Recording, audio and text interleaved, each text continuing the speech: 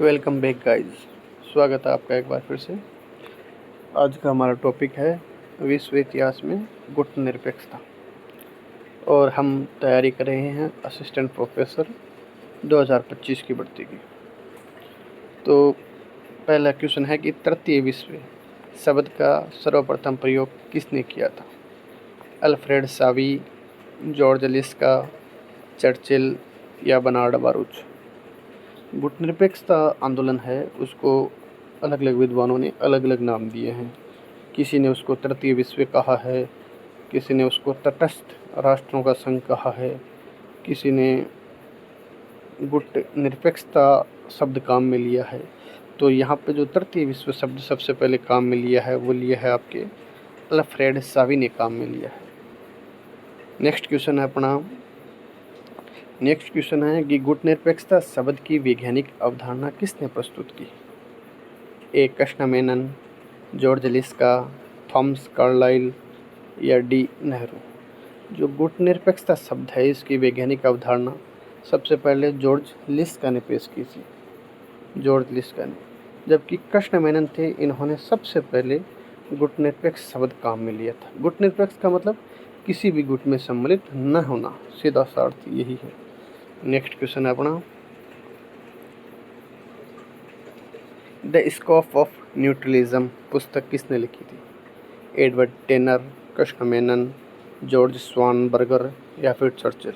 जैसा कि मैंने आपको वीडियो के स्टार्टिंग में बता दिया था कि गुटनिरपेक्ष को अलग अलग नामों से जाना गया था, अलग अलग विद्वानों ने अलग अलग नाम दिए थे। तो इसमें जो राइट आंसर होगा वो होगा आपके जॉर्ज स्वानबर्गर। उसने न्यूट्रलिज्म यानी तटस्थ शब्द काम में लिया था गुटनिरपेक्षता की जगह।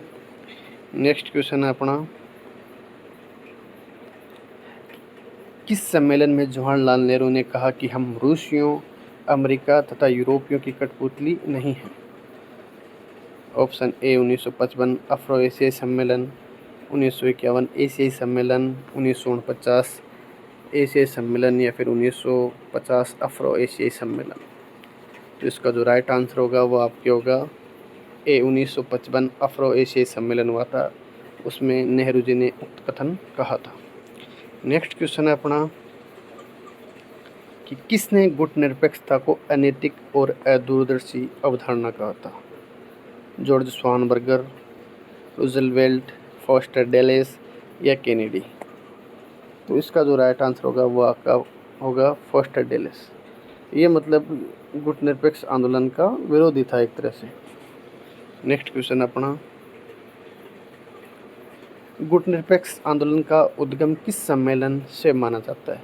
प्रथम एशियाई संबंध शिखर सम्मेलन, प्रथम एशियाई सम्मेलन 1949, प्रथम एशियाई शिखर 1955 या फिर प्रथम एशियाई सम्मेलन 1945?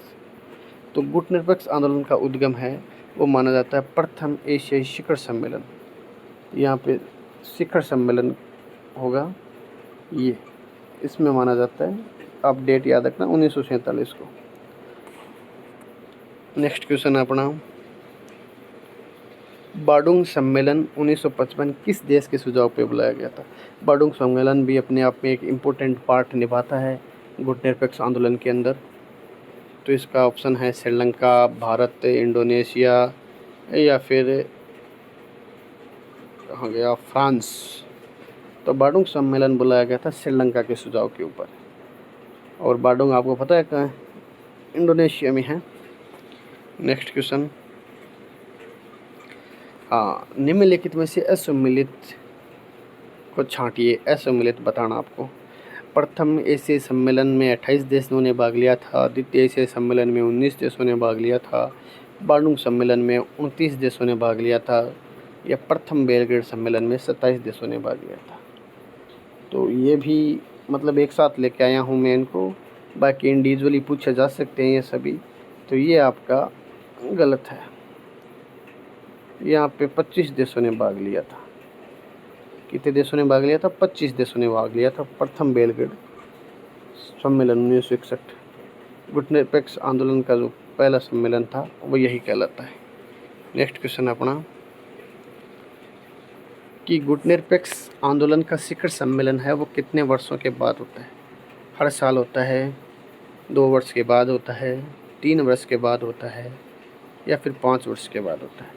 जो गुटनिरपेक्ष आंदोलन होता है उसका जो शिखर सम्मेलन होते हैं जिसमें प्रधानमंत्री वगैरह जो देश का मुख्य लोग हैं वो भाग लेते हैं, वो होता है 3 साल बाद में।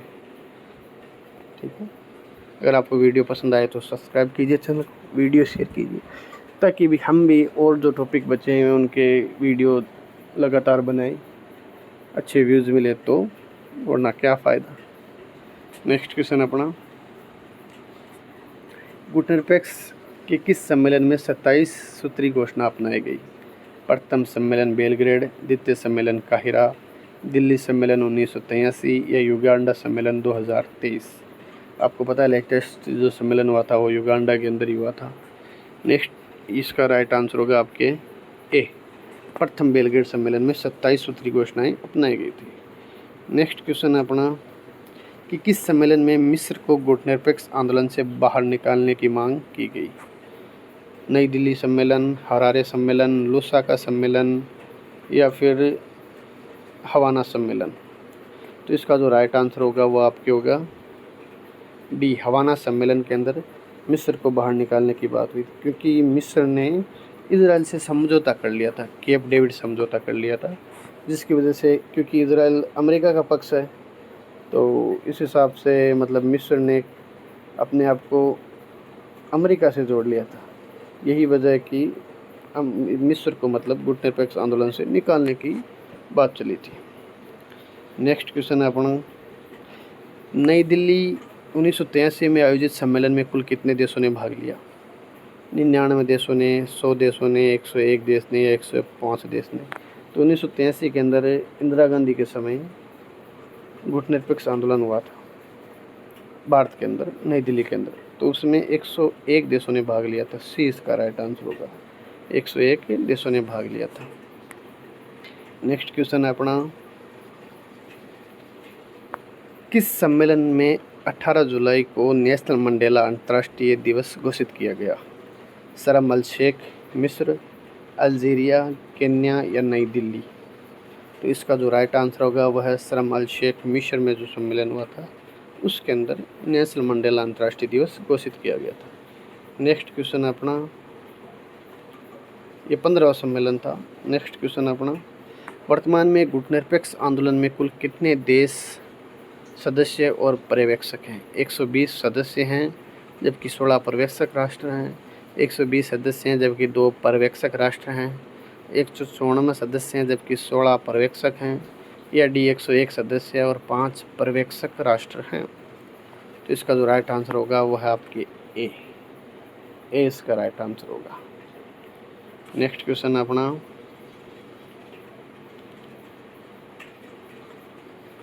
बांग्लादेश की प्रधानमंत्री शेख हसीना द्वारा असमर्थता जाहिर करने के कारण गुटनिरपेक्ष सम्मेलन कहाँ पर आयोजित किया गया? नई दिल्ली, सिंगापुर, मलेशिया या फिर काहिरा? तो ये सम्मेलन किया गया था मलेशिया के अंदर, क्योंकि बांग्लादेश की जो शेख हसीना थी उसको वित्तीय थोड़ी संसाधनों की कमी थी, इसलिए उसने इस सम्मेलन को आयोजन करने से मना कर दिया था। नेक्स्ट क्वेश्चन है अपना, गुटनिरपेक्ष आंदोलन के संस्थापक सदस्य नहीं हैं?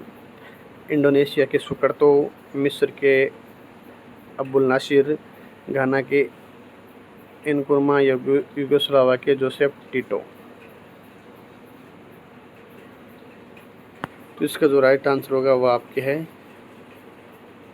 इंडोनेशिया के सुकर्तो नहीं है, क्योंकि यहाँ पे सुकर्णो थे, सुकर्तो ने तो तख्ता पलट कर दिया था सुकर्णो का। और यहाँ पे शायद मिस्र वाले में भी मेरे को डाउट है, थोड़ा सा मिस्र वाले का थोड़ा सा कंफर्म करना पड़ेगा, इसमें भी पता नहीं, बाकी ये तो कंफर्म है ये तो नहीं था, इसकी जगह सुकर्णो था। ठीक है, तो ये जो इसका जो सोल्यूशन होगा वो जल्द ही वीडियो अपडेट करेंगे तो बता देंगे आपको इसके बारे में।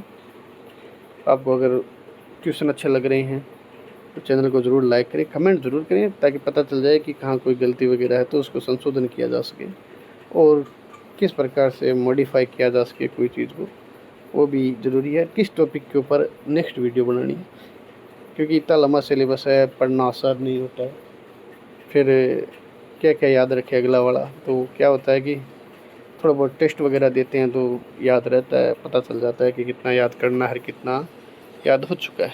नेक्स्ट क्वेश्चन है अपना 19 अप्रैल 1956 को पंचशील का सम्मेलन कहाँ पर किया गया था। पंचशील के जो सिद्धांत थे जो भारत ने दिए थे उसका सम्मेलन कहाँ किया गया था। बीजिंग, नई दिल्ली, वाशिंगटन या जकार्ता। तो इसका राइट आंसर होगा ए, बीजिंग के अंदर किया गया था। नेक्स्ट क्वेश्चन है अपना बीजिंग सम्मेलन में भारत की तरफ से किसने हस्ताक्षर किए थे। एन राघवन, जवाहरलाल नेहरू, राजेंद्र प्रसाद या अब्दुल कलाम।